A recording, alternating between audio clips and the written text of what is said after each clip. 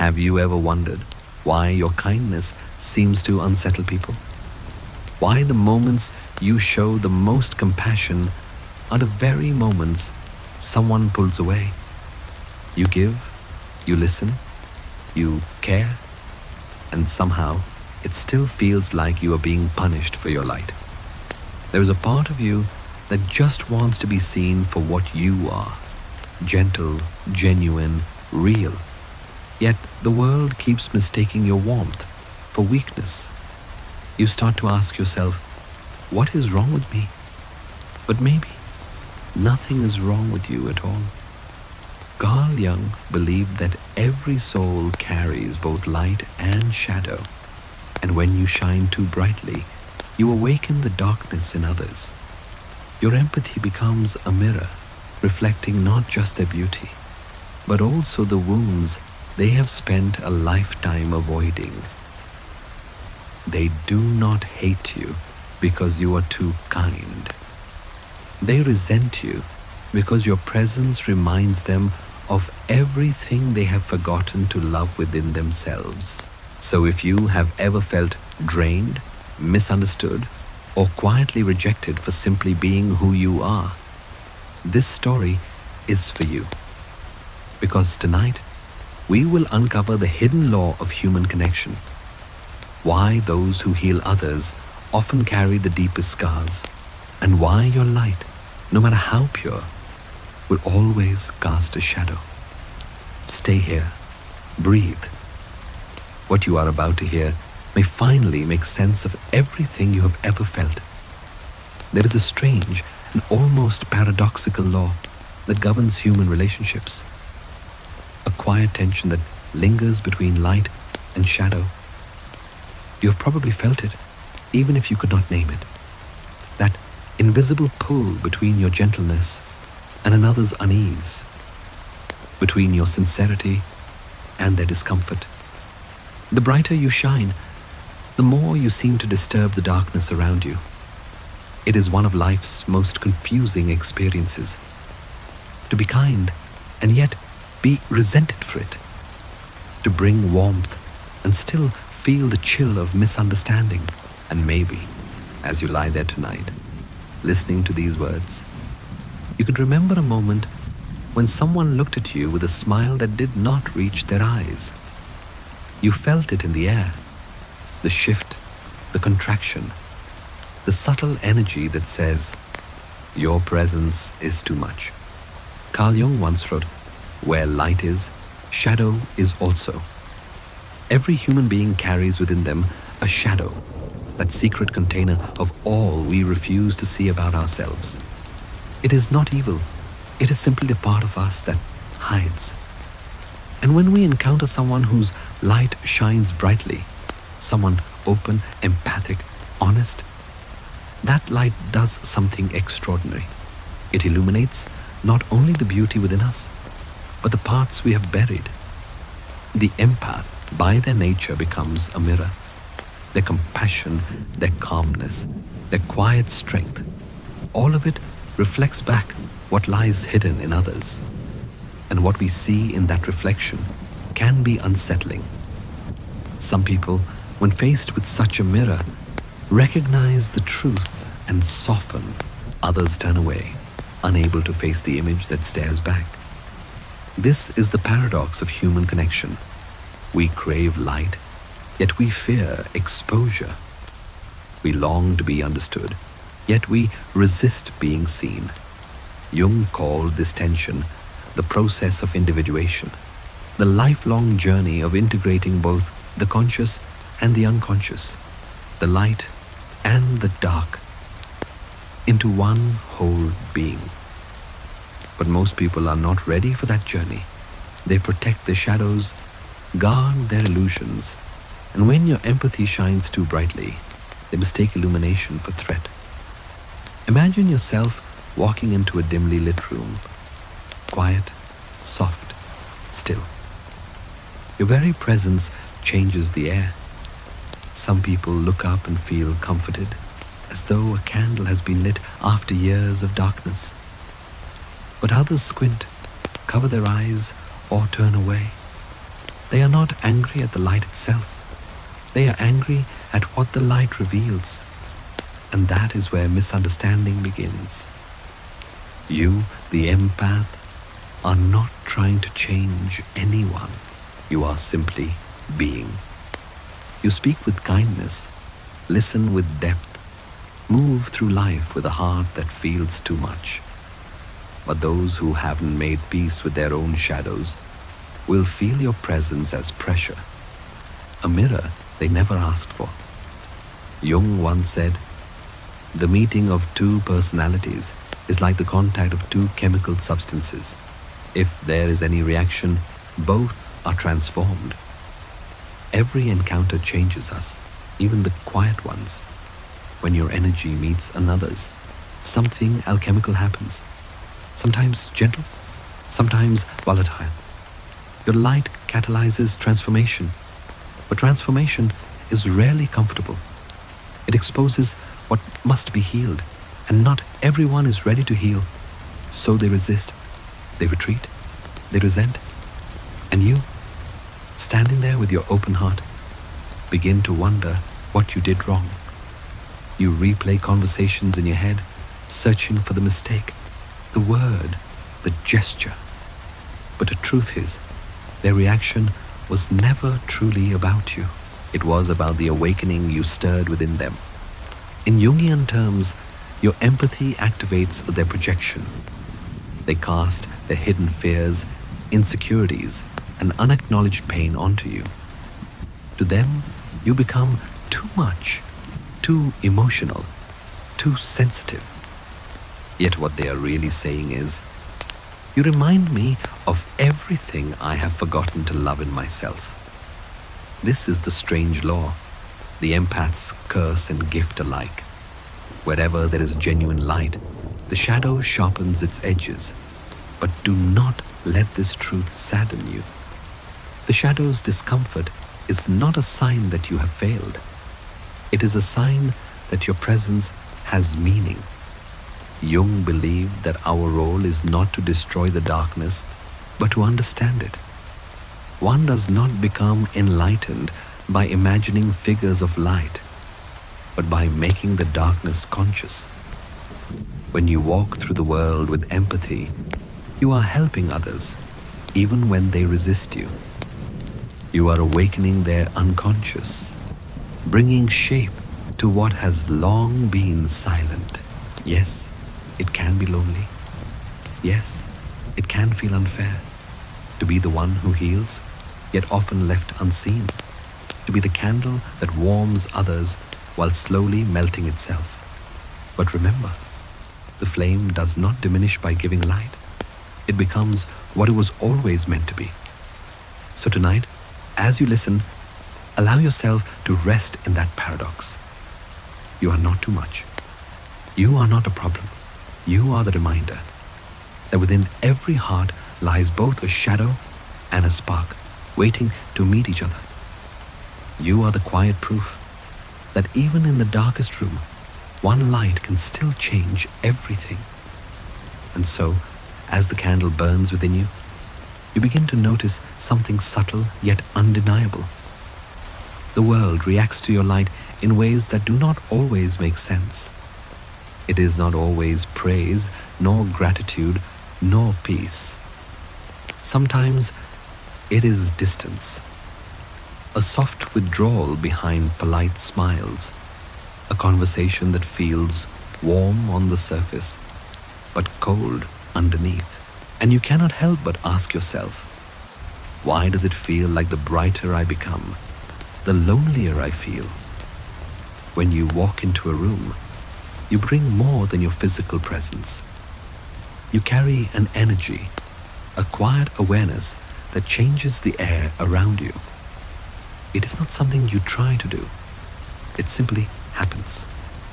Like sunlight entering a dim space, your being touches what has been hidden in others. Carl Jung once said, "Until you make the unconscious conscious, it will direct your life, and you will call it fate." Your empathy has that power to awaken what sleeps beneath the surface. But here is the secret few understand. Not everyone welcomes illumination. Some souls are not ready to see what light reveals.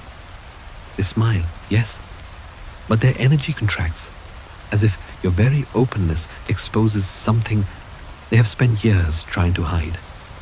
You notice it, the subtle shift, the unspoken tension. They say all the right words, but their tone trembles between admiration and discomfort. You feel it even if they never say it out loud.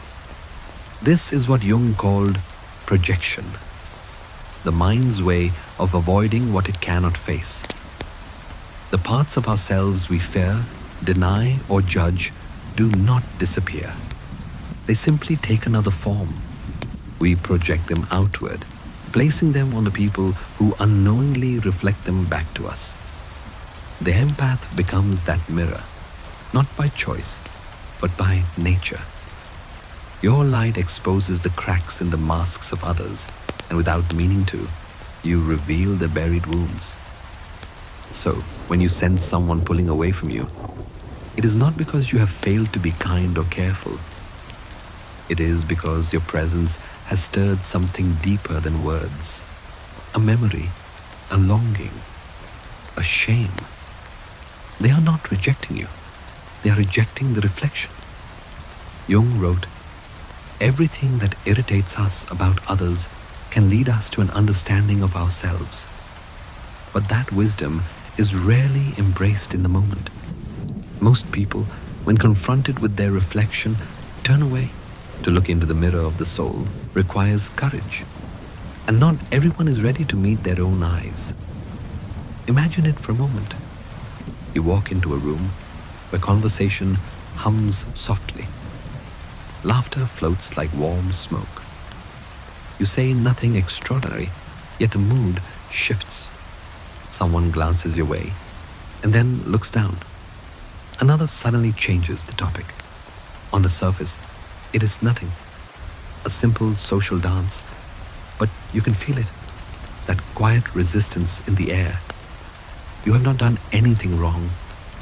You have only existed truthfully, and still, it hurts. Because part of you wishes the world could meet you with the same tenderness you offer it. You wish that your depth was not so easily mistaken for heaviness, that your silence was not read as distance, that your sincerity did not make others so uneasy. But this is the price of awareness, to see more than others see, to feel more than they allow themselves to feel.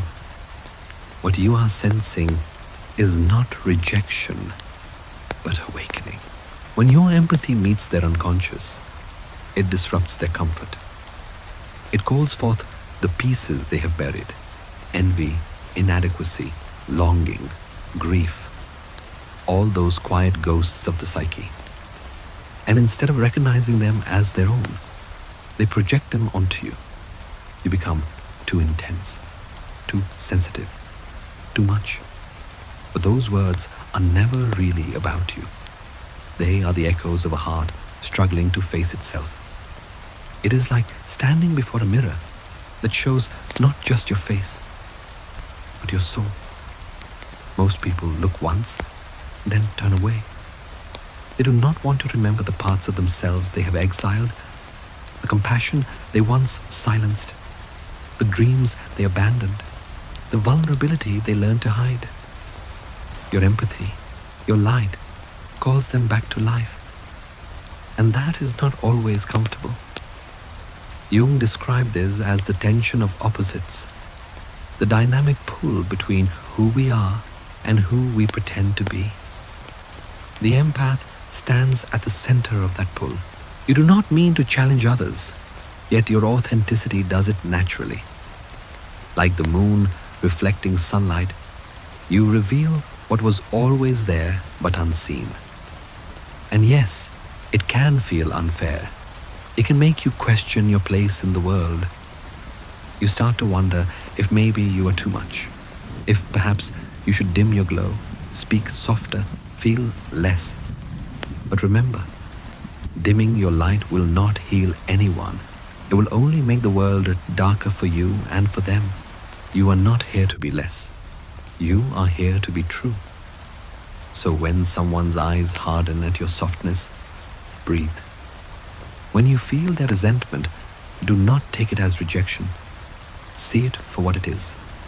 A projection, a mirror reflecting pain that is not yours to carry. You have awakened a truth they are not ready to hold. That is all.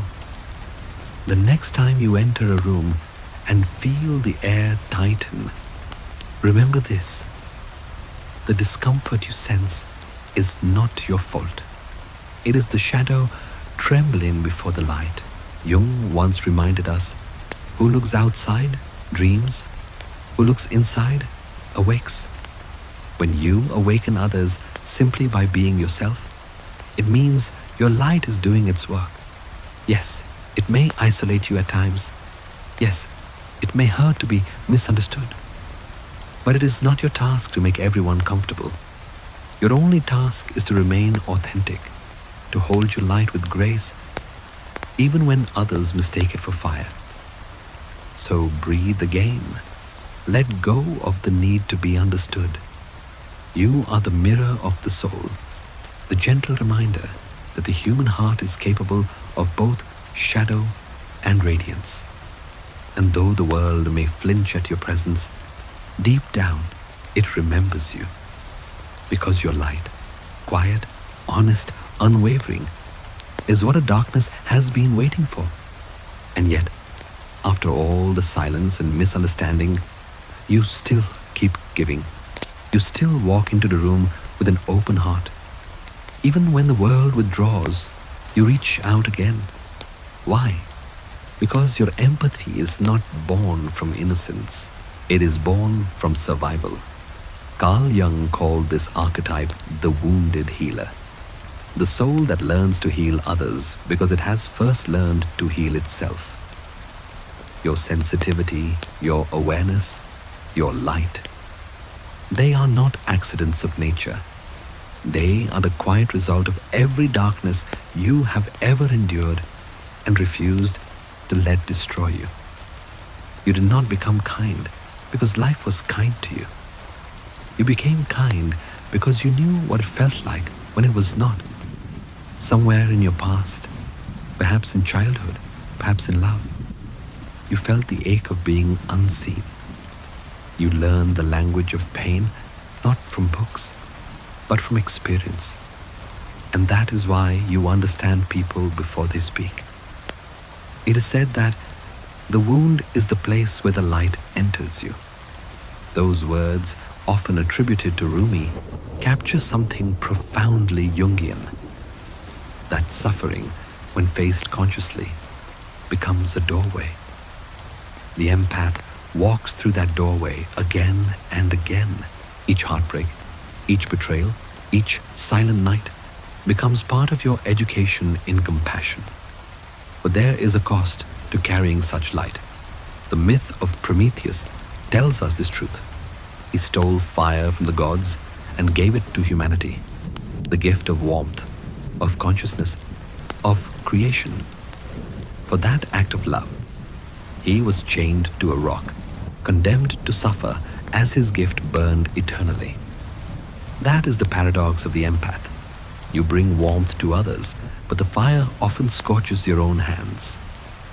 You illuminate other people's paths, but sometimes you walk home in the dark.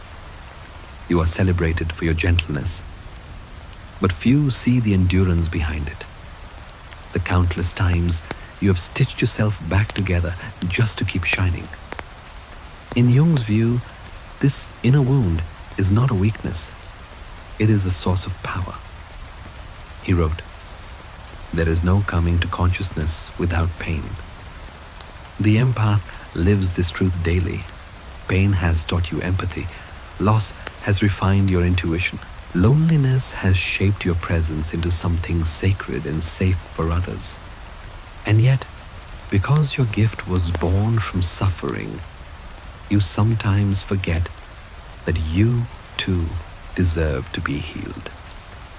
You offer the warmth of your light freely, even when no one asks how much it costs you to keep it burning.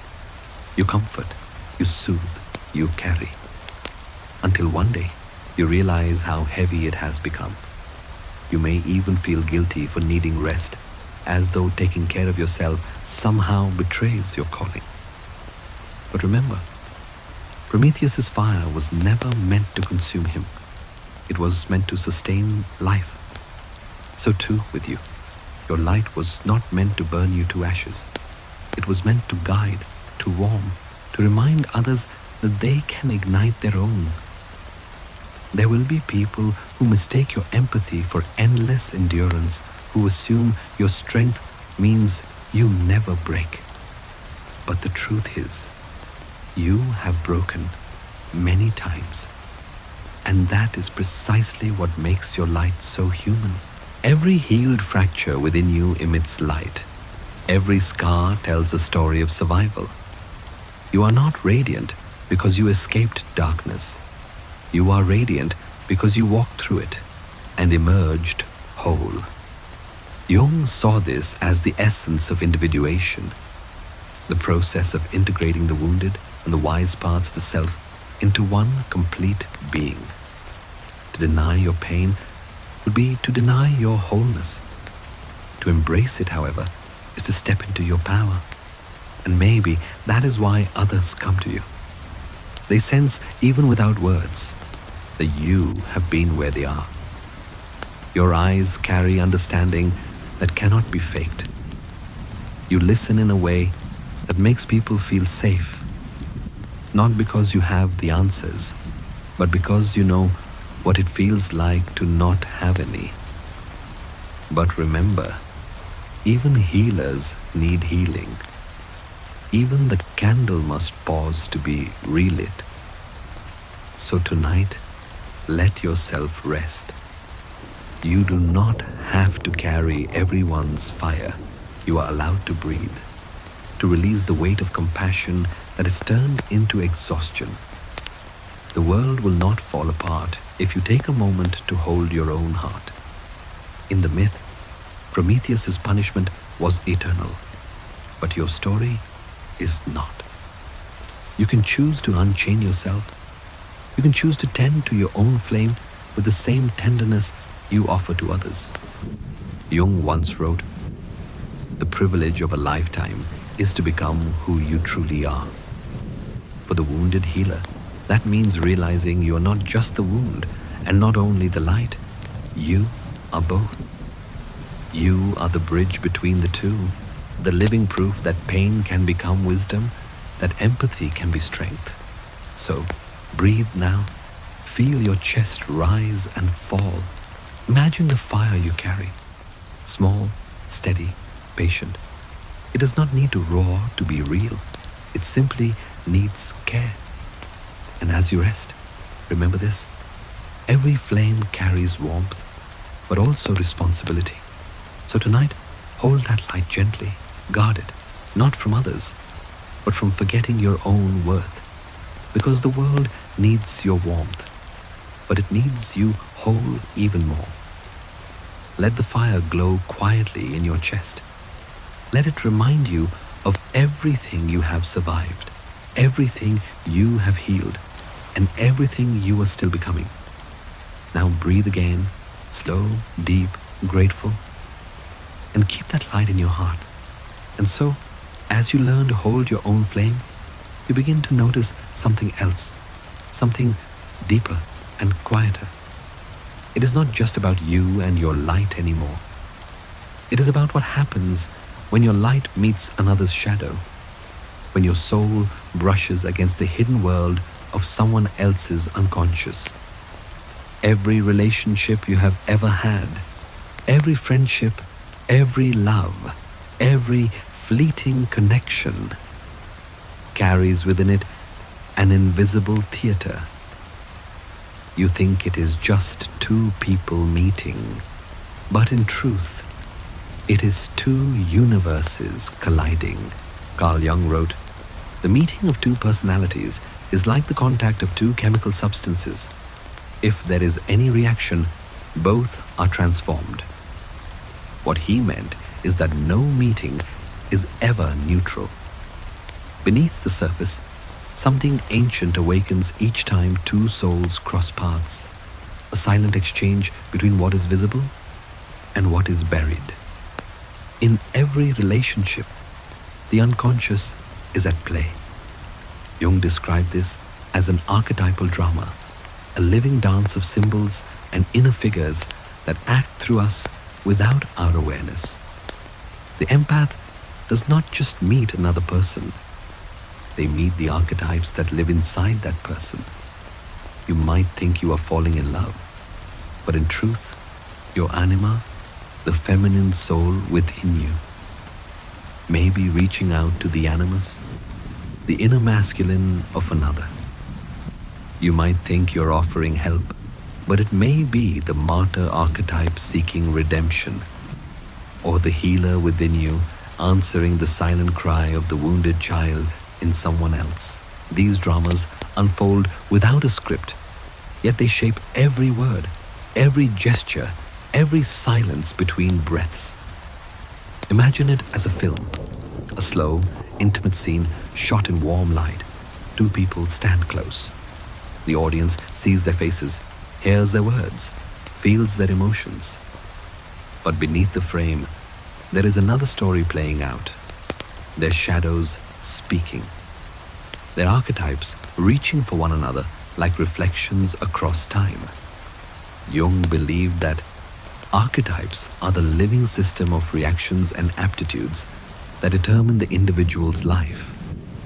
And so, even as we talk, laugh, and love, it is often the unseen forces, those inner characters, that move the story forward. You can sense it, can't you? That moment when a connection feels larger than life, almost fated. When someone seems strangely familiar, though you have just met. It is not coincidence. It is the psyche recognizing itself in another form. Two souls meeting, yes, but often their shadows meet first. This is the hidden truth behind many human connections. What feels magnetic is rarely just personality. It is projection, the mind's longing to find outside itself what it has not yet integrated within. Jung called this the play of the opposites, the inner tension that seeks completion through relationship. That is why some people ignite something in you instantly, while others make you withdraw without knowing why. Beneath the calm surface of ordinary life, there is always a psychological choreography unfolding, an unseen dance between your unconscious and theirs. For the empath, this dynamic is even more vivid. Because you feel so deeply, you become attuned not only to the words others say, but also to the silences between them. You sense motives, emotions, unspoken wounds. You can feel when someone is fighting the shadow, even when they smile. You may not be able to explain it, but you know it in your body. The way the air changes, the way your heart contracts slightly, as if responding to a sound too low for the ear. At times, this sensitivity can feel like both a blessing and a curse. You may enter relationships full of hope and warmth, only to find yourself slowly absorbing another person's chaos. You begin to feel emotions that are not yours. Their sadness, their fear, their resentment, all of it clings to you, and you mistake it for your own. Jung warned that when two unconscious minds meet, they can infect each other with projections, binding themselves in invisible contracts. But remember this, projection is not evil. It is a bridge. It is how the psyche tries to show us what we need to heal. When someone projects their shadow onto you, they are revealing a part of themselves they cannot yet accept. And when you, the empath, take that projection too personally, you are forgetting that you too have an unconscious, one that longs to be seen, acknowledged, and made whole. Every connection, therefore, is an invitation, a mirror, a chance to see yourself through another. Jung captured this truth in his gentle reminder. Everything that irritates us about others can lead us to an understanding of ourselves. When you feel tension, attraction, or misunderstanding, it is often the unseen drama of the psyche unfolding, your inner world being reflected back to you through the theater of human relationship. Perhaps this is why love can be so overwhelming for those who feel deeply. It is not just affection, it is revelation. The other person becomes both muse and mirror, healer and wound. You do not just fall in love with them, you fall into the depth of your own soul, seeing it reflected in their eyes. And sometimes that reflection is beautiful, a soft reminder of all the goodness you have forgotten in yourself. But other times, it is haunting, showing you every part of you that still longs to be healed. Jung believed that this confrontation is necessary for growth. One doesn't become enlightened by imagining figures of light, but by making the darkness conscious. Relationships, in this sense, are not distractions from the spiritual path. They are the path. They are how the soul learns to see itself.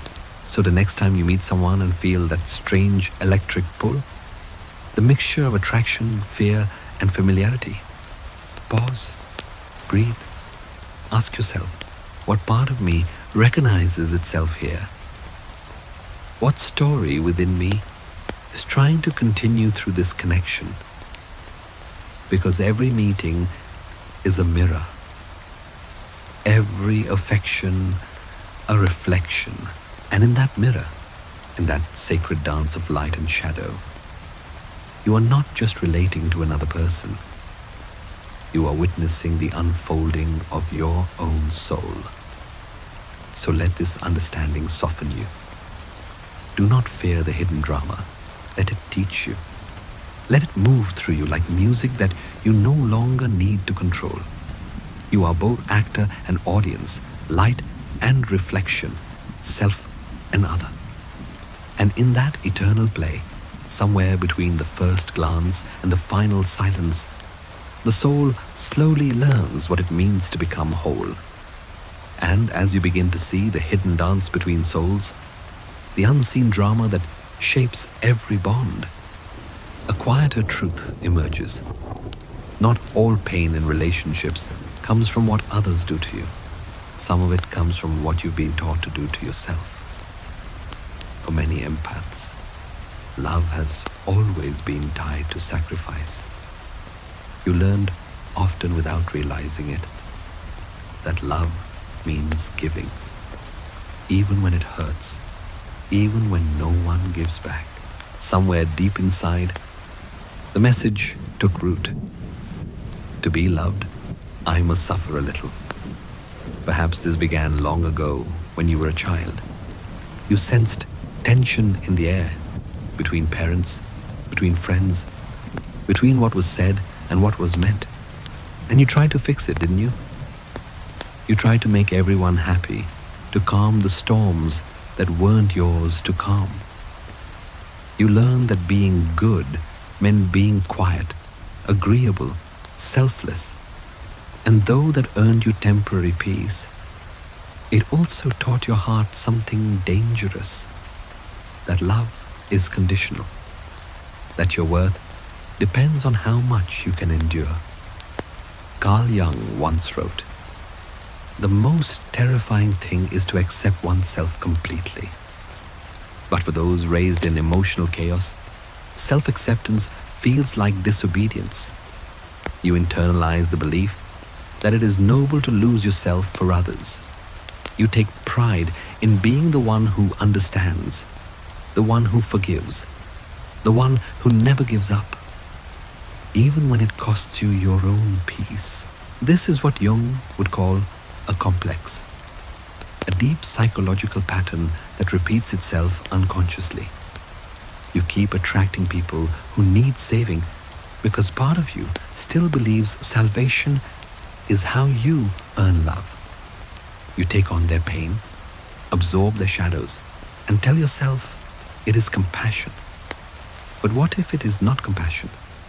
What if it is fear? Fear of being unloved if you stop giving? You see, the martyr archetype lives quietly within many empaths. It whispers, if I can just love hard enough, they will change.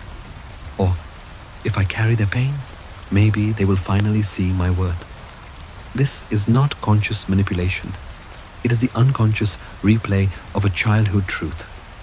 Love hurts, but if I keep giving, it will finally be enough. But love, real love, was never meant to be earned through exhaustion. You can feel this in your body, can't you? That tired heaviness that no amount of sleep fixes. The ache of constantly tending to others while your own inner garden dries out. You tell yourself it's noble, but deep down you know it's unsustainable.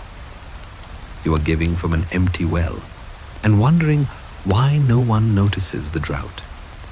Jung believed that such unconscious sacrifice creates what he called the shadow of virtue, when something good, like empathy, becomes distorted through imbalance. In his words, there is no light without shadow and no psychic wholeness without imperfection. To always be the giver, the caretaker, the forgiver, is to live only half of yourself, the half that feels safe being needed.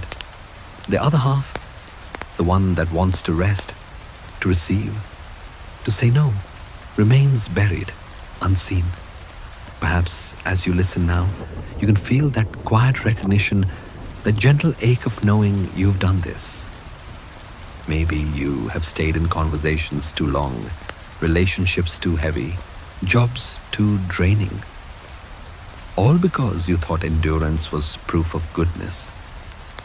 You believed that the more you suffered, the purer your love became. But love that demands self-erasure is not love. It is fear wearing a halo. The truth is, you were never meant to be a martyr. You were meant to be whole. So tonight, I want you to imagine this, a small garden within your chest. You've been tending to it your whole life, watering, pruning, keeping it alive through every storm. But somewhere along the way, you forgot that others are not supposed to walk through it with muddy shoes. You forgot that boundaries are not walls. They are fences, gentle, natural, protective. A garden without a fence invites both beauty and harm. Some come to admire the flowers, others trample them without meaning to. And you, the empath, keep replanting, keep forgiving, without realizing that love requires tending, not endless self-sacrifice. This is what Jung meant when he said, nothing can be created without destruction. Sometimes the destruction required is the ending of an old pattern, the courage to say, I no longer trade my peace for belonging. To stop overgiving is not to become cold. It is to trust that your worth is not dependent on how much you can bear. You can still love deeply, but now with awareness. You can still give, but from abundance, not depletion.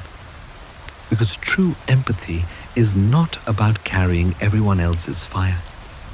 It is about helping them find their own. And maybe, as you hear these words, there's a small part of you, that tired, kind part, exhaling for the first time, realizing you don't have to keep proving your love through pain, realizing that you can still be compassionate without sacrificing your soul. So let this moment be a soft turning point. The martyr within you does not need punishment. It needs understanding. Thank it for trying to protect you. It believed that suffering was the safest way to stay loved. But now you can teach it something new, that love and pain do not have to coexist. Breathe deeply now. Picture your inner garden once more. The earth feels cool beneath your hands.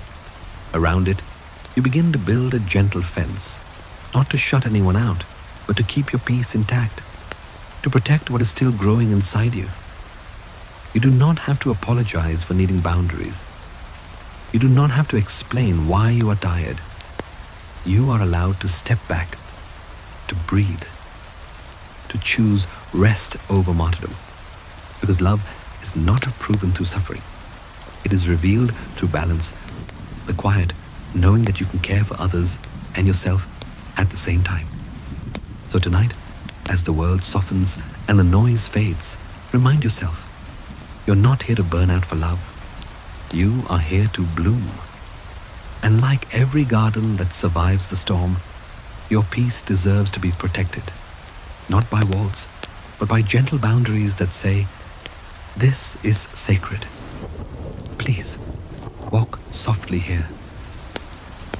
When you finally learn to protect your peace, when you stop bleeding yourself dry just to keep others warm, something inside you shifts. You begin to see that your light was never meant to be spent recklessly. It was meant to guide, not to be consumed. There is a dream that visits many empaths. In it, you find yourself walking alone through a quiet forest at night. The air is cool, still, almost sacred. In your hands, you hold a lantern, fragile yet steady, casting a warm circle of light around you. The path beneath your feet glows softly, each step uncertain but illuminated, just enough for you to continue. As you walk, you begin to notice others emerging from the shadows. Some are drawn to your light with gentle curiosity, faces softened by its warmth. They move closer, grateful for the comfort it brings. You feel a sense of connection, quiet, pure, unspoken. But then there are others. They squint, they flinch. Some try to blow out your flame, not out of cruelty, but because they cannot bear what it reveals. The lantern exposes the wounds they have buried, the parts of themselves they would rather keep in darkness. Carl Jung once said, one does not become enlightened by imagining figures of light, but by making the darkness conscious. That is what your lantern does. It awakens awareness in yourself and in those who cross your path. But awareness can be painful, and so people react. Some come close, others turn away. Some seek your warmth, while others fear it. This is the nature of light. It reveals truth, and truth does not always comfort. The empath's life is very much like that dream. You carry a flame born from your own suffering, and wherever you go, that light changes the atmosphere. You do not even have to speak. Your mere presence calls something hidden into awareness, in others and in yourself. It is both gift and burden, beauty and responsibility. And when people respond to you, whether with love, jealousy, admiration, or contempt, it is not truly you they are reacting to. It is what they see reflected in your light. Jung wrote, everything that irritates us about others can lead us to an understanding of ourselves. But few realize this in the moment. They do not see a mirror, they see a threat. You might wonder why your kindness is sometimes met with resistance, why your openness seems to make others uneasy. But remember, the mirror is not responsible for the reflection. It only shows what is already there. When someone resents your light, they are wrestling with their own shadow. When they try to dim your glow, it is not because they hate illumination. It is because they are not ready to see. In the forest of your dream, you will meet many kinds of souls. the ones who walk beside you quietly, sharing warmth, the ones who rush forward, desperate for your flame, only to drain it, and the ones who fear what it reveals and vanish back into the dark. You cannot control who stays or who leaves.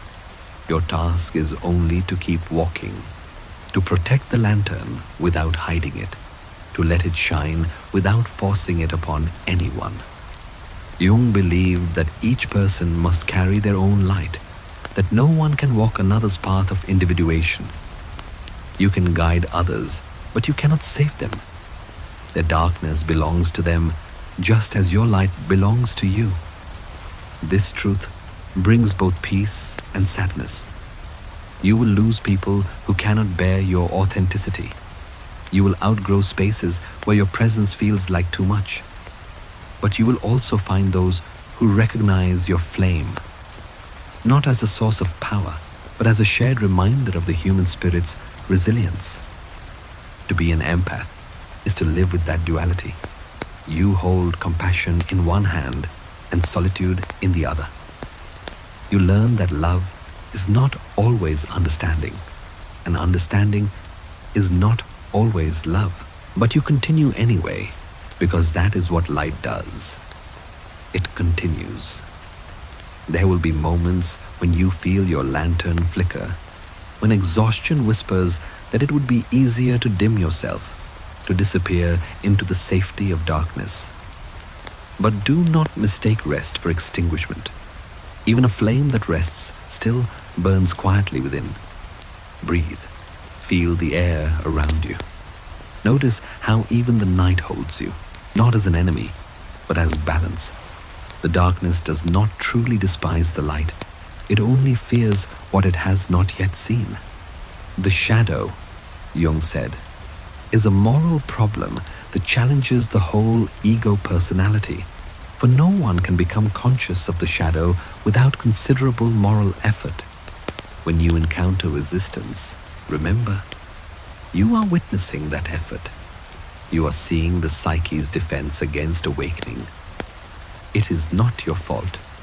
It is simply the nature of human growth. So, as you move through your dream forest, keep walking gently. Let your lantern cast its soft glow on the path, not to blind, but to reveal. Let those who are ready step closer, and let those who turn away do so without judgment.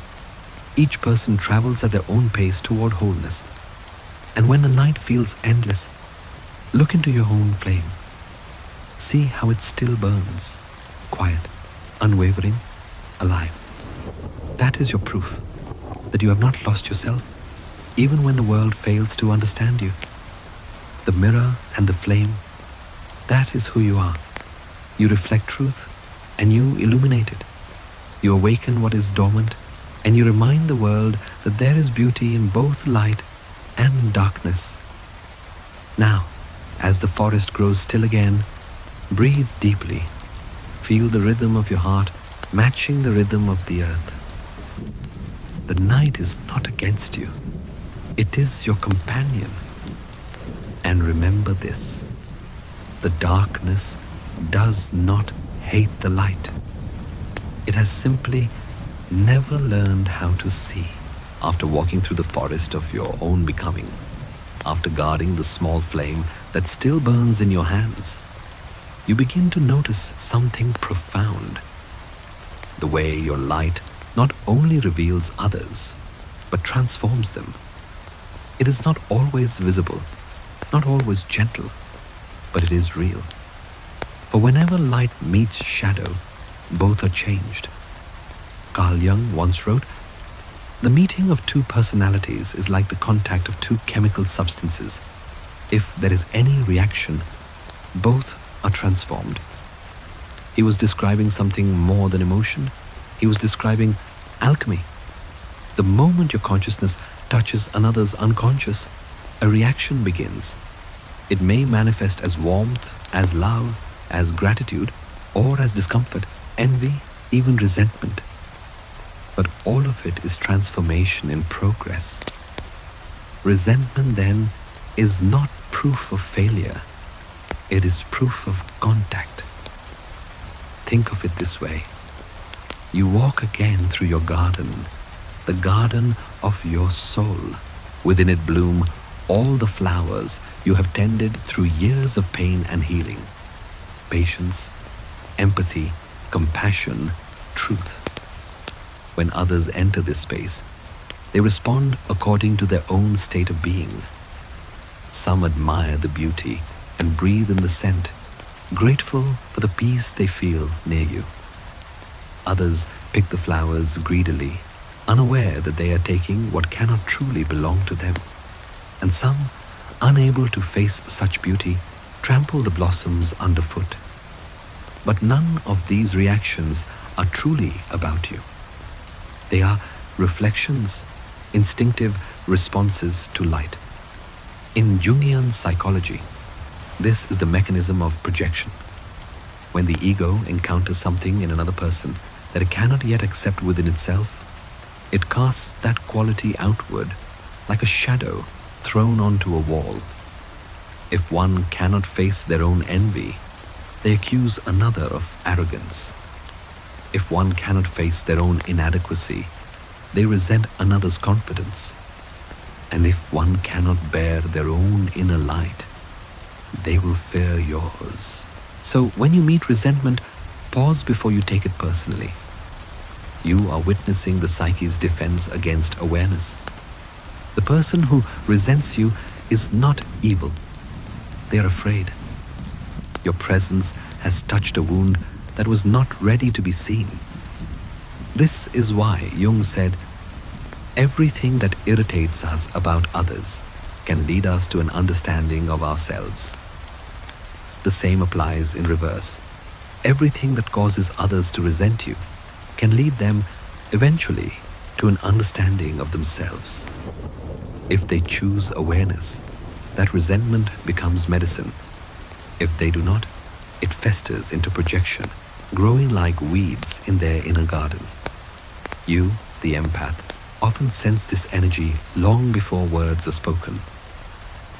You feel it in the air, the subtle tightening of tone, the averted eyes, the silence that suddenly feels heavy.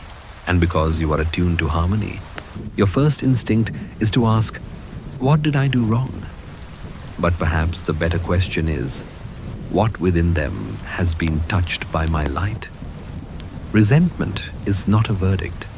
It is a signal that something sacred has been stirred. Just as sunlight awakens dormant seeds and burns away decay, your presence awakens both growth and resistance in others. It is not within your power to decide which they will choose. Some will blossom, others will retreat. You can only remain steady, the light that neither judges nor retreats. The alchemy of projection is like fire meeting metal. The heat reveals what the metal is made of. Some materials melt, others temper and become stronger. The reaction is not yours to control.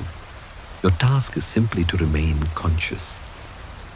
Jung described this process as individuation, the gradual awakening of the self through encounters with both the outer and inner world. Relationships are its crucible. Every person you meet becomes part of this alchemy, helping you confront the fragments of your own unconscious. Even resentment, especially resentment, is part of this transformation. Because when someone projects onto you, they are not truly attacking you. They are externalizing an inner battle. Their soul is speaking to itself through the language of conflict. And in time, if they are willing, that energy can turn inward again, bringing understanding instead of hostility. Your role is not to fix them, but to witness them without losing yourself. Imagine again your garden at dusk. The light is soft now, the air quiet. You notice footprints, some gentle, some careless, some destructive. Yet still, the flowers grow. Still, the fragrance lingers. That is what your light does. It endures. The people who enter your life are drawn to that fragrance even when they do not understand it. Some will thank you. Some will hurt you.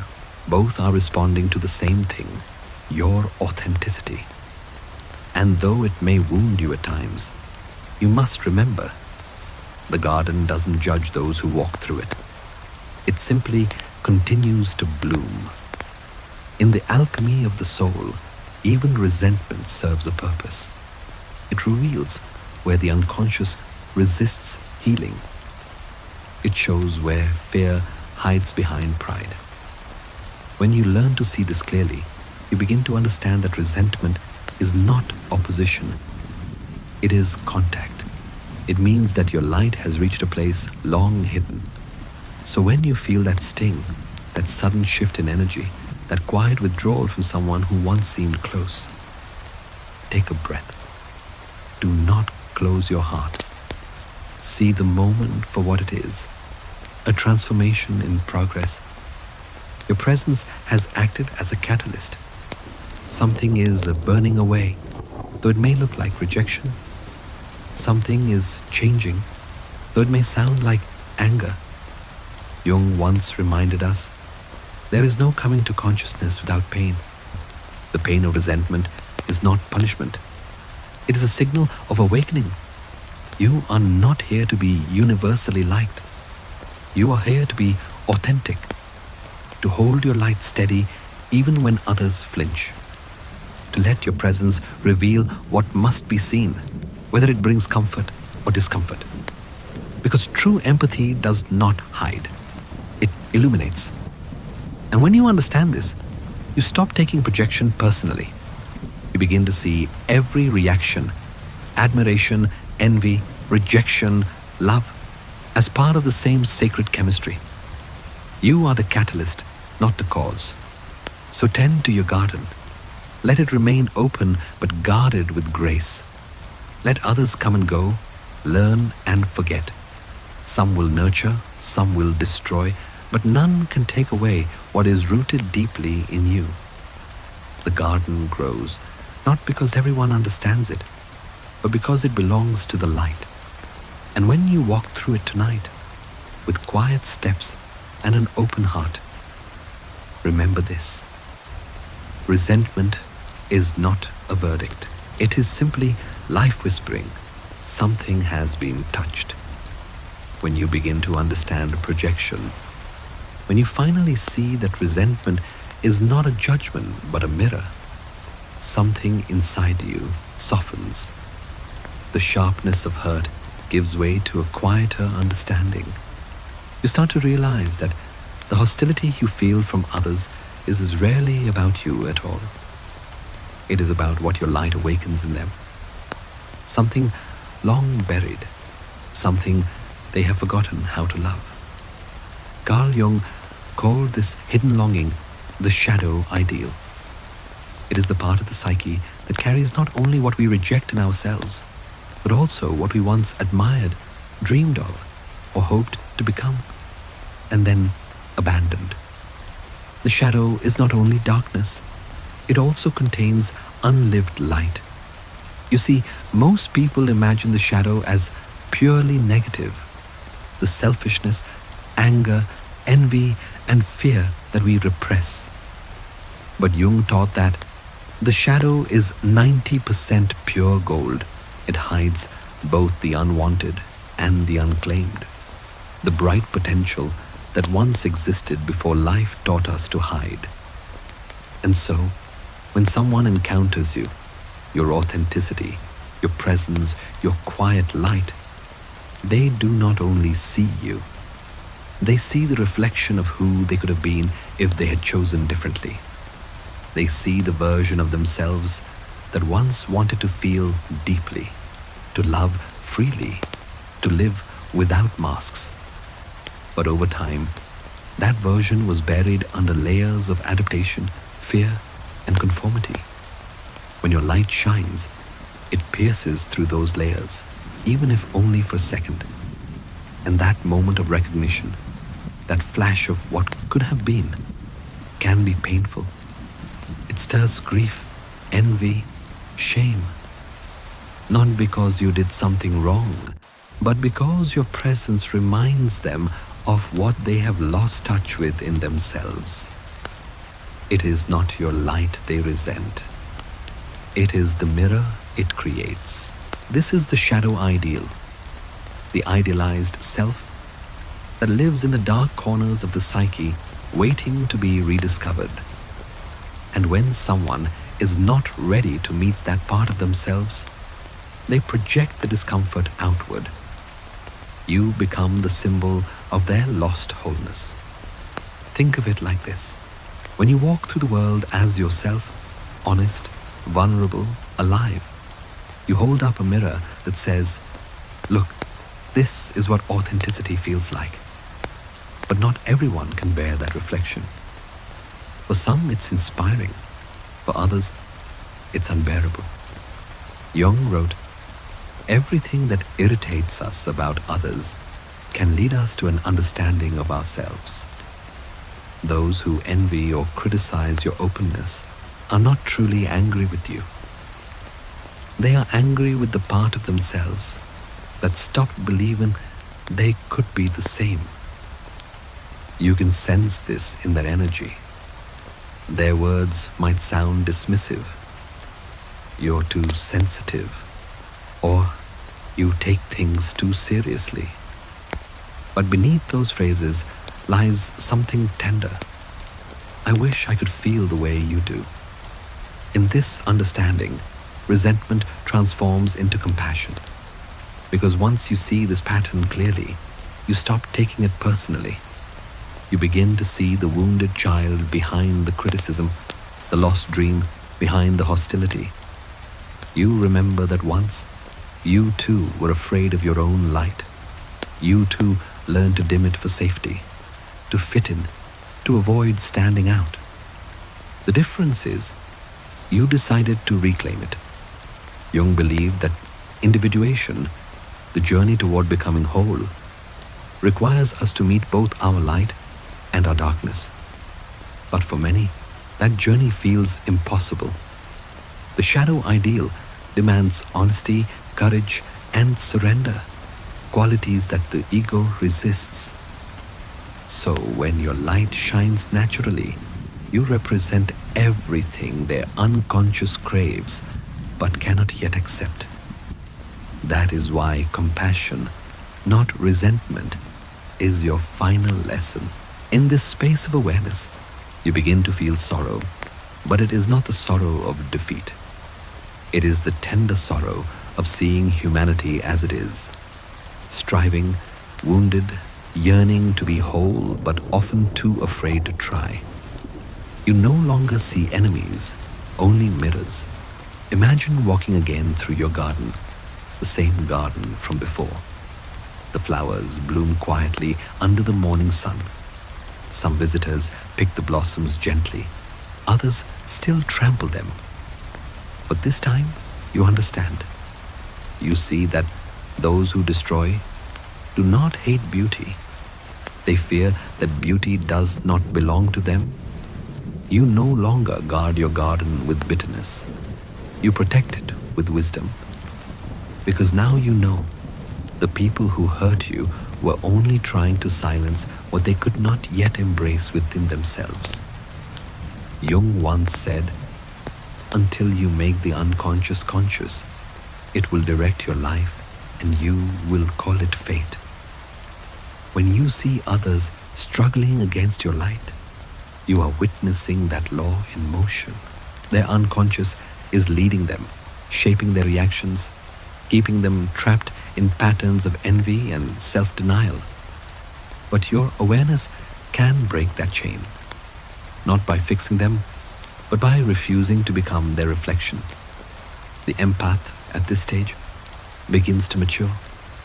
The heart softens, not hardens. You no longer need to justify your light or hide it to avoid conflict. You simply understand that some will draw strength from you and others will project their loss onto you.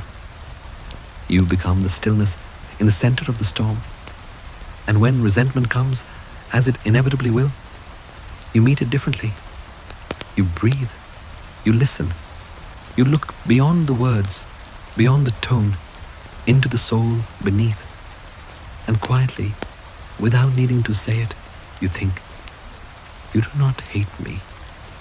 You hate the mirror that shows you your own forgotten beauty. This realization is not arrogance. It is empathy at its purest. It allows you to forgive without becoming naive, to love without losing yourself, to see others' pain without taking it as your own. Because now you see the truth Jung devoted his life to describing. Every conflict in the outer world is a reflection of the inner one. Every act of resentment hides a longing for wholeness. Every rejection of light is a silent plea for its return. So, as you walk through the world tonight, carrying your lantern through forests and gardens alike, remember this. Your task is not to make others see. It is simply to keep the mirror clean. Let your presence remain gentle, your light steady. Do not force understanding. Do not demand gratitude. Your compassion is enough. And if ever you feel weary, place your hand over your heart and remind yourself, you are not here to fix the shadows. You are here to honor your own. Because healing does not come from resisting the dark. It comes from seeing it clearly, with love. The shadows do not hate the light. They are simply waiting for someone brave enough to hold up the mirror and not look away. When you finally begin to understand the pain of others, when compassion replaces resentment and you no longer take their shadows as attacks, a deeper truth begins to whisper within you. It is quiet at first, almost hesitant. It asks, and what about your own shadow? Because even the empath, for all their light and tenderness, carries darkness within. Not the kind of darkness that seeks to harm, but the kind that hides behind goodness. The unspoken fears, the silent exhaustion, the guilt of needing rest. Carl Jung wrote, "One doesn't become enlightened by imagining figures of light, but by making the darkness conscious." To walk the path of empathy is to eventually turn inward, to face the part of yourself you have long tried to transcend. You have spent so much of your life feeling for others, their pain, their needs, their moods, that you may have forgotten what your own feelings sound like. You have learned to comfort, to carry, to forgive. But beneath that noble surface lies a quiet ache, the fear of being selfish, the fear of not being enough, the fear that love will disappear if you stop giving. This is the shadow of the empath. It hides behind kindness, disguising itself as virtue. It whispers, "If I rest, they will think I do not care," or "If I say no, I will lose them." And so, you keep giving, not always out of love, but out of fear. You keep shining, not because you feel full, but because you are terrified of the dark. But what Jung reminds us is that even light, when unbalanced, casts a shadow. The part of you that wants to heal can become the part that cannot stop helping.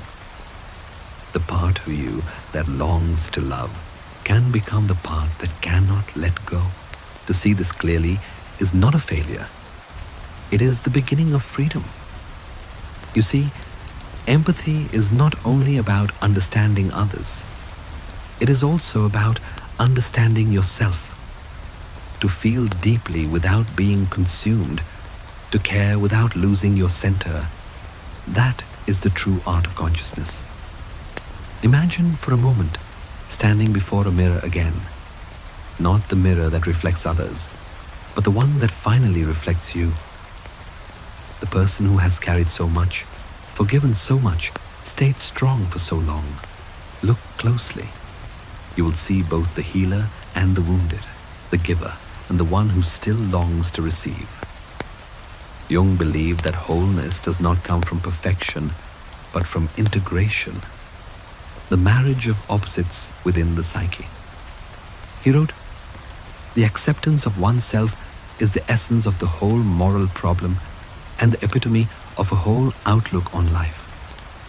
For the empath, this acceptance begins when you finally allow yourself to be human, to need, to falter, to rest.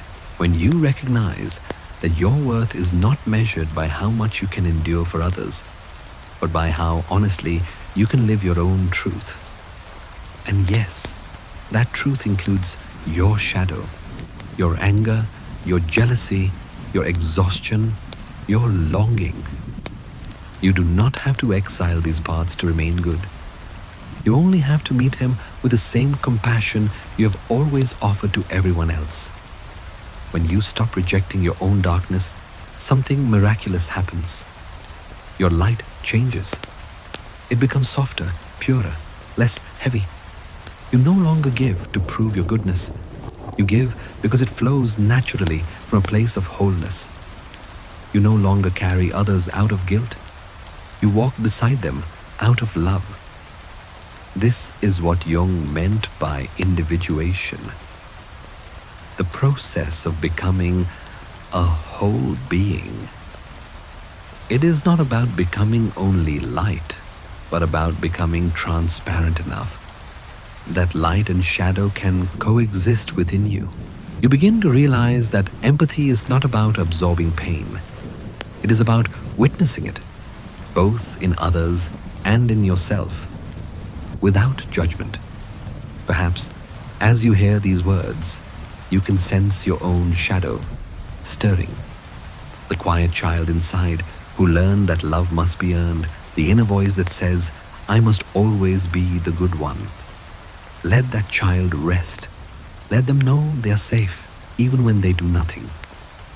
Because love that must be earned is not love. It is survival.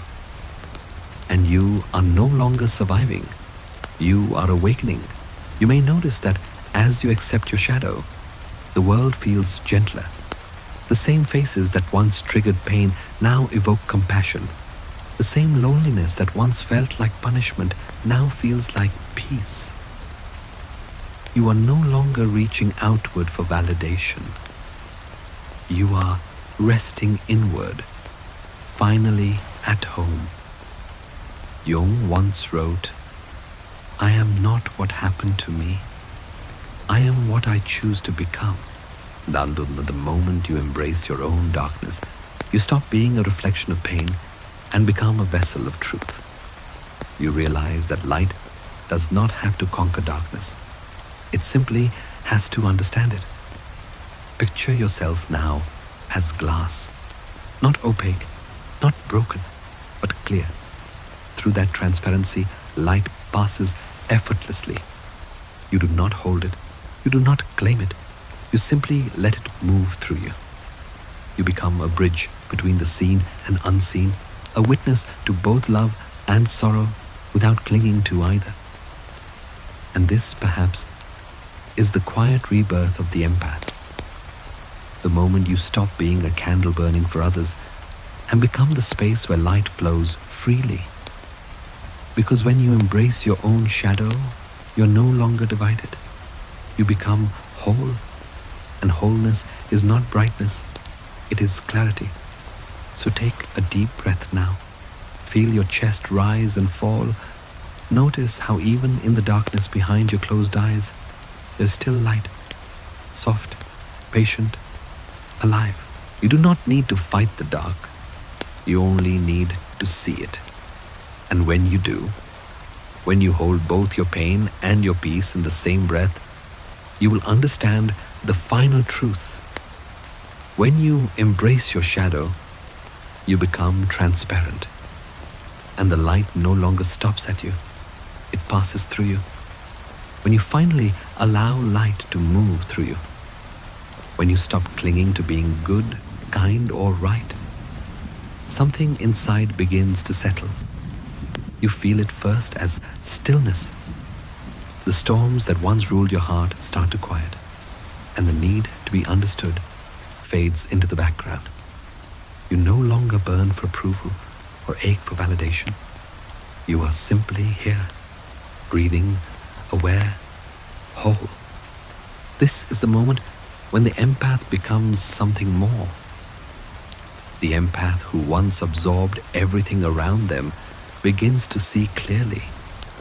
The constant giving, the quiet wounds, the misunderstood intentions, they all start to take on a new shape. You begin to realize that resentment, judgment, and misunderstanding were never signs of failure. They were signs of friction, the soul's final effort to resist transformation. Resentment, you realize, is the shadow's last cry before transformation. Carl Jung wrote, "The privilege of a lifetime is to become who you truly are." Becoming yourself means no longer chasing light outside of you. It means recognizing that you are the light. And light doesn't need to be seen to exist. It simply is. There was a time when misunderstanding frightened you.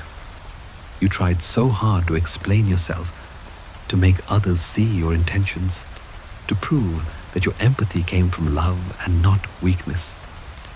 But now you understand. Understanding is not something you can demand. People can only meet you at the depth they've met themselves. You do not need to be understood to be real. You only need to be true. This is the quiet evolution of the empath, the turning point where sensitivity becomes wisdom. The pain that once made you fragile now makes you strong. You stop seeing misunderstanding as rejection and start seeing it as freedom. When people misread you, it no longer wounds you. It only reminds you that your worth is not dependent on their vision. Think of light again. It does not ask for attention. It doesn't beg to be seen.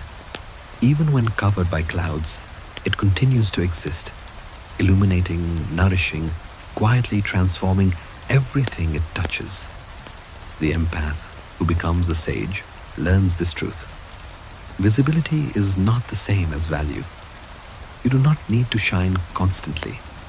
You do not need to prove your warmth to anyone. You simply exist, and that is enough. Jung often spoke of individuation as a process of returning to the self, a deeper center that holds all opposites together. To reach that center, you must let go of every label, even the label of healer. You are not defined by what you give or by how others perceive you. You are defined by your inner stillness, the space within that no longer depends on external reflection. In that stillness, you begin to see people differently. The ones who hurt you, who projected onto you, who misunderstood you, they no longer trigger pain. You see them for what they are, souls still wrestling with their shadows. You no longer take it personally because you recognize the pattern. Their anger, their distance, their criticism. These are not punishments. They are signs that your light touched a place within them they were not yet ready to face.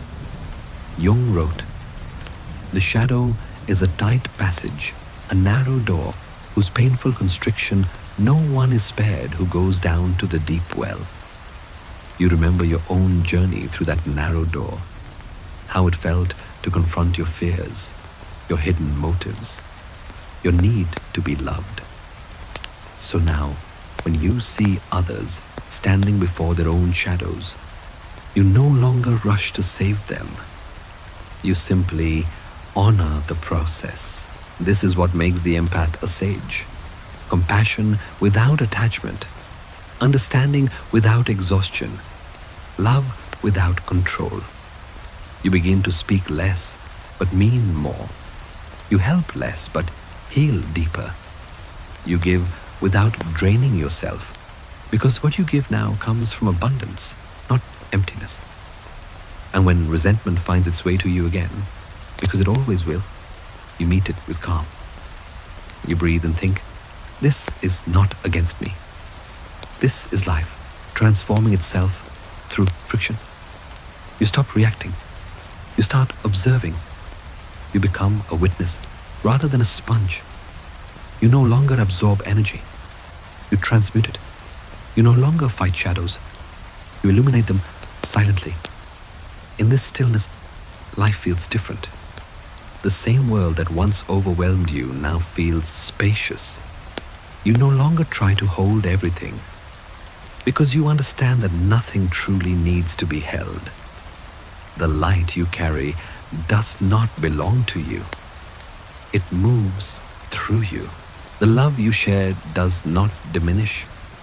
It renews itself endlessly when you stop trying to own it.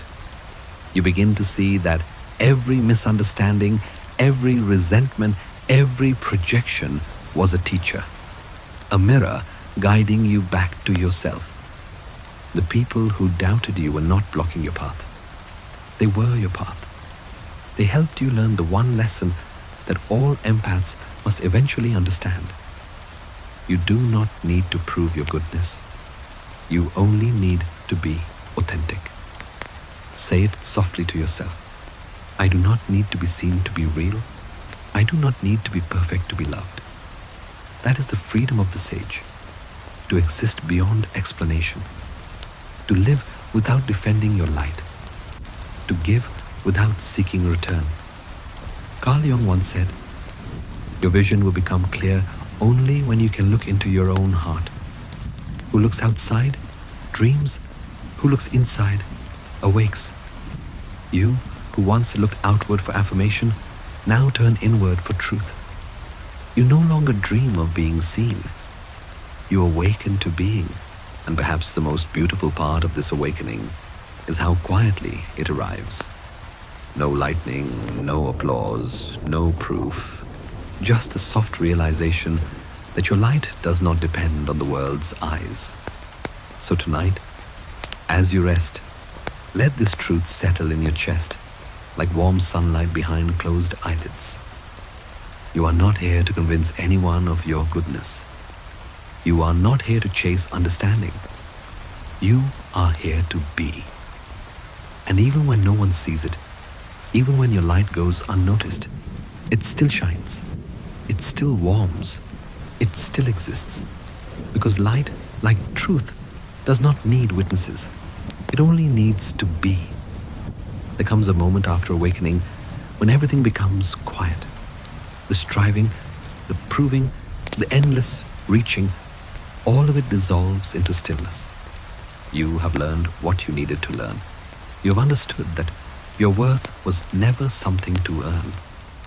Now, there is only presence, soft, warm, alive. Take a slow breath. Feel it move gently through you. Let your shoulders drop, your chest open, your heartbeat steady. You are here in this moment, and that is enough. Carl Jung once wrote, in each of us, there is another whom we do not know. He speaks to us in dreams and tells us how differently he sees us from the way we see ourselves. This quiet part of you, the watcher, the listener, the flame, has been waiting for you to come home. Tonight you do. Close your eyes and imagine a small light glowing in the center of your chest. It flickers softly, not demanding attention, just existing. This is your essence, the fire that has survived every winter, every storm, every moment of doubt. You do not have to protect it with fear anymore. You only have to hold it. Boundaries help you do that.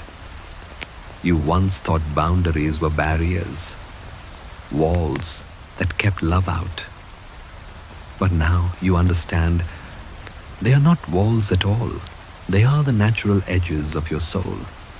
The way you preserve your light so it does not scatter into the noise of the world. A boundary is not distance. It is definition. It is saying, this is where I end and where the world begins. and both deserve respect. In the stillness of your awareness, you can see how your energy moves. When you give too much, the flame wavers. When you hold too tightly, it suffocates. Balance lies in the gentle art of tending, not clinging, not abandoning, but keeping the flame steady and alive. Take another deep breath. Inhale slowly through your nose. Exhale softly through your mouth. Let the air move like a tide, washing over your inner fire. With every breath, you are fanning its warmth, not to make it burn brighter, but to help it breathe freely. There is strength in this kind of stillness. Not the loud strength of control, but the quiet confidence of alignment. You are no longer reacting to the world. You are responding to it. You are no longer seeking to be needed. You are choosing to be present. In this space, self-respect blooms naturally. It is not pride, it is peace. It is the deep knowing that you do not have to shrink to be loved, nor harden to be safe. Your boundaries are acts of love, both for yourself and for others. They say, I honor your journey, but I must also honor my own. As you hold your flame, you begin to notice something else. It does not fear the wind anymore. Once, every breeze of criticism or rejection threatened to extinguish you. Now you understand. The wind cannot destroy what is rooted in truth. It only teaches the flame how to dance. Jung believed that the soul seeks balance above all else. He wrote, the pendulum of the mind oscillates between sense and nonsense, not between right and wrong. The task is not to choose sides, but to find rhythm, the gentle swing between light and shadow, giving and resting, being and becoming. So you begin to live like that, rhythmically, gracefully. You say yes when it feels right, and no when it does not. You step forward without forcing, and step back without guilt. You allow relationships to flow naturally, not out of obligation, but out of resonance. Each boundary becomes a quiet affirmation. I am safe within myself. You are not closing off. You are cultivating space for life to move through you freely. You are no longer a sponge absorbing everything. You are a vessel, guiding energy with intention. You choose what enters your awareness, what deserves your attention, what aligns with your peace. In this awareness, empathy transforms into wisdom. You no longer confuse compassion with self-sacrifice. You know now that love given without self-respect becomes depletion, and love rooted in wholeness becomes medicine. Let this understanding settle deep in your body. Feel how it changes your breath. Slower, fuller, more anchored. Your nervous system begins to mirror your consciousness. Calm, grounded, alive. This is what it means to hold the flame. Not to chase it, not to protect it with walls, but to let it live.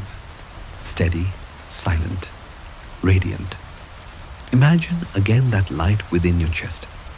It pulses softly, glowing through your ribs like amber. With each breath, it expands, not outward, but inward, filling every corner of your being with quiet warmth. You are not trying to shine, you simply are. Carl Jung once said, as far as we can discern, the sole purpose of human existence is to kindle a light of meaning in the darkness of mere being. That light is not grand or loud. It is personal, sacred, patient. It is the flame you now hold in your hands. Let it remind you that peace is not the absence of struggle, but the mastery of presence. You can face the world without losing yourself. You can love deeply without disappearing. You can give without burning out.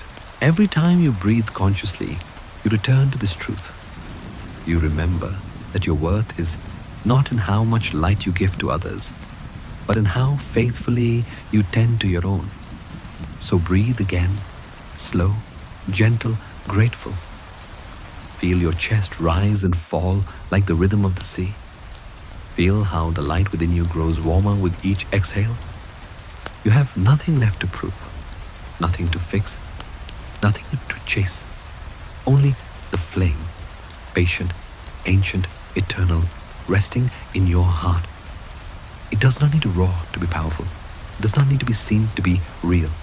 Just hold it, steady, quiet, true. And in this stillness, you will know you are safe, you are whole, and your light, it will never go out. The night is calm now. The flame you have been tending rests quietly in your chest, steady, warm, alive. It no longer flickers from fear, nor burns from striving. It simply exists like a quiet truth that has finally found its voice. The long journey has led you here, from the ache of misunderstanding to the stillness of acceptance, from the shadows that once haunted you to the light that now lives within you. Every moment, the wounds, the lessons, the letting go has brought you to this peace. Carl Jung wrote, "No tree, it is said, can grow to heaven unless its roots reach down to hell." You have done exactly that. You descended into your depths, faced what was hidden, and rose again, not unscarred, but whole.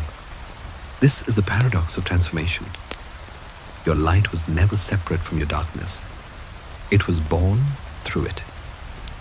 The empath who once carried the pain of others has become the sage who carries awareness. The one who once sought love has become love itself. You no longer fight your sensitivity. You understand it as your strength. You no longer fear your depth. You recognize it as your gift. The path has not been easy, but it has been real. You have moved through the cycle of becoming. Pain, understanding, acceptance, rebirth, illumination. And now, at the end of this quiet journey, there is no need to struggle anymore. You have learned the most profound lesson of all. You were never meant to fight the darkness, only to be so fully yourself that the darkness cannot help but notice. You are the light, not a beacon shouting for recognition, but a steady pulse of truth that reminds others of what still lives inside them. Take a slow breath. Let it travel gently through your body. Feel how each inhale draws warmth to your heart, and each exhale releases what no longer belongs to you. The air feels softer now. The space around you expands, vast and endless, like the quiet of the universe itself. It is in this stillness that you begin to understand the true nature of your light.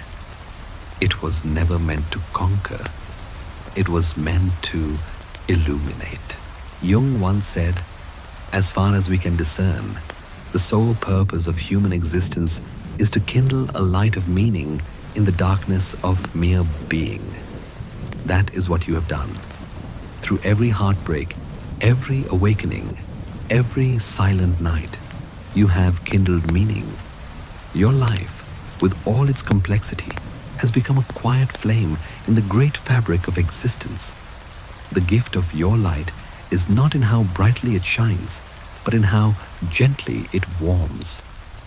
It is the soft glow that helps another soul see their path just a little more clearly. It is the calm presence that says, "You are not alone. You do not have to save the world. You only have to be true to your light, to keep it alive, to share it without fear, to let it soften the spaces it touches." Look back now at everything that brought you here. The resentment that once stung, the shadows that once frightened you, the loneliness that once felt unbearable. They were all teachers. They shaped your empathy, into wisdom. They carve space inside you for compassion to grow. The empath's sensitivity has become the sage's strength. You have learned that peace is not the absence of feeling, but the mastery of it. You have learned that love is not sacrifice, but presence. And perhaps most beautifully, you have learned that light does not need to be loud to be powerful. It can be quiet. It can be still. It can simply be. So now, take another breath, deep and slow. Feel the rhythm of your body aligning with the rhythm of the earth. Feel how everything around you, the air, the silence, the unseen, moves with the same pulse as your heart. You are part of this great infinite rhythm. You always were. And as you sit in this awareness, let these words settle gently inside you. You do not need to fight for love. You do not need to prove your worth. You do not need to chase the light. You are it. The world may not always understand you, but it does not have to. The universe moves quietly through those who are awake, and you are one of them. Let that truth bring ease to your breath. Let it soften your thoughts. Let it dissolve the last remnants of striving. The light you carry is not a burden. It is a blessing. It was never about being seen. It was always about becoming. Jung once wrote, "Until you make the unconscious conscious, it will direct your life and you will call it fate." You have made it conscious. You have taken what was once pain and turned it into awareness. You have turned fate into choice. Now, the only thing left to do is rest. The journey of the empath ends not in triumph, but in peace. Not in noise, but in silence. You have come home to yourself. So let your body soften. Let your breath slow. Let your thoughts drift like clouds at dawn. Feel how the world grows quieter with every exhale. Your light is safe now. It no longer needs to prove, to defend, or to heal. It only needs to exist, quietly, tenderly, infinitely. And as the last traces of thought fade, as the rhythm of sleep begins to take you, remember this: you are not here to fight the darkness. You are here to be so fully yourself that the darkness cannot help but notice. Now, let the stillness embrace you. Let the stars above fade gently into morning. Your light is safe. Your heart is whole. Sleep well, luminous one. The night has grown quiet now. The journey is complete, not in the way of endings, but in the way of coming home. You have walked through the shadows of others, and then through your own. You have seen how pain becomes understanding, how understanding becomes acceptance, and how acceptance blooms into light. There is nothing left to prove, nothing left to carry. The world outside has slowed, and within you, something has found its rhythm again. The empath has become the sage, not by escaping the dark, but by learning to see within it. The flame you hold no longer trembles. It simply glows. You have learned that peace is not given, it is remembered. That love is not a search, it is a presence. And that light, your light, does not need to be seen to be real. It moves quietly through every breath, every thought, every heartbeat. So as you lay back now, let your body soften into the calm you have earned. Let the weight of the day dissolve into the quiet pulse of your own being. Breathe deeply, slowly, gently, as if each breath is a promise to yourself that you are safe, that you are whole, that you are enough. Outside, the world keeps turning. Inside, the light keeps glowing. And tonight, you can finally rest. Sleep well, luminous one.